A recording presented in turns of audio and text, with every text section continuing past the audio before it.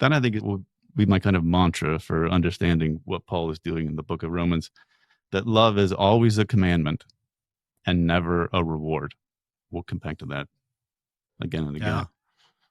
That was awesome. I love that idea, Adam. Love is a law, not a reward. Okay. What's next? I think in lots of ways that's the heart of the gospel, the idea that love is always a commandment and never a reward, especially as Jesus describes it in the Sermon on the Mount. And this, I think, is also at the heart of Paul's own description of what it means to be a sinner. Because Paul's description of what it means to be a sinner is that as a sinner, we get the whole thing backwards. Rather than obeying God's command to love even our enemies, what we do as sinners is we try to use God's law to earn or deserve God's love as a kind of reward. We turn it around, we get it upside down, we get it inside out, we get the whole thing backwards. We try to use God's law to be loved rather than to love. And that, I think, is a good description in general of what it's like to be a sinner. A sinner is somebody who lives their life backwards in this way, looking for love, but trying to do it in this upside down way where you want to be loved rather than doing the work of love. So you try to use the law here then as a way to earn or deserve love and be in charge of it, be in control of it, because you're the one who's earning or deserving it. You don't have to depend on somebody else. I've told my students before something that can be confusing to them. I think it's similar to what you're saying here. I told them, I don't keep the commandments so I can earn my way into heaven, or I keep the commandments because I want heaven when the opportunity is presented to me. When Jesus says, all right, it's open to you. Do you want it? Do you want it? I made it. I made the way. And do I desire that? The model you're saying, I'm going to earn something. I'm going to earn a reward from God, can be motivating, but also incredibly discouraging and also frustrating and also exclusive. You can start saying, I'm one of those that's earning. They're not one of those that's earning. That makes sense to me because I'm a sinner, and that's how sinners think. That's how I think all the time. Yeah. I think in this backwards way about myself, about other people. I think in this backwards way also in particular about God, as if God were waiting me to do something to prove that I deserved to be loved by him, instead of waiting for me to join him in the work of loving others. I think we've been treated by other humans in that I've got to earn this approval type of way. And sometimes we take some of humans' worst attributes and apply those to God, which, like you said, is exactly backwards. We have to think in a whole new way about God is not using the worst attributes that humans have.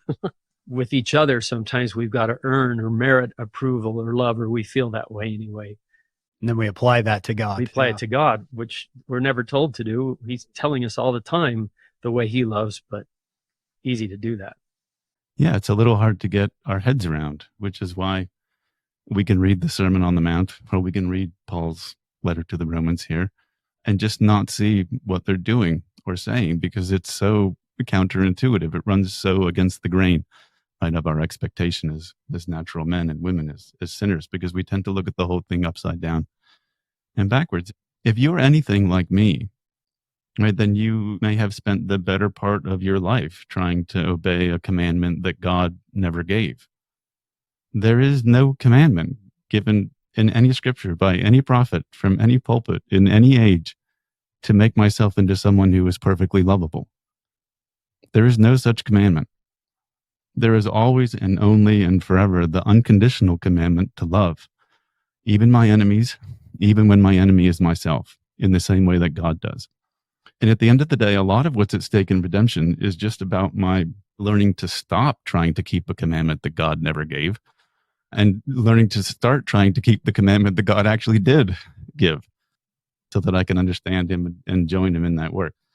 This, I think, is what Paul means by grace at the end of the day, is that grace is the revelation that love always was a law and it never was a reward in the first place. That's excellent. Yeah. Always chasing after something that I already have. If I just stopped for a second and saw what the Lord is trying to teach me. Yeah, and I think it fits nicely with the description you gave a couple minutes ago, Hank, of how the law really isn't about trying to earn your way into heaven.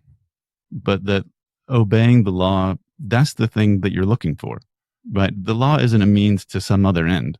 I don't obey the law to get love. Obeying the law is the work of loving. And by loving, I've found the thing that I'm looking for. But I can't do it if I'm trying to be loved. That's not the right project. I have to engage in it as the work of loving others, and then I find it. And how discouraging that is to think God will only love me if I behave a certain way. You might think, oh, that's an excellent way to think. It will make my behavior stay in line. But really, there's a fear there of I won't be loved. I'll do something wrong. I'll break the law. And then not only have I broken the law, but now I've lost the love. That's a heavy load to carry.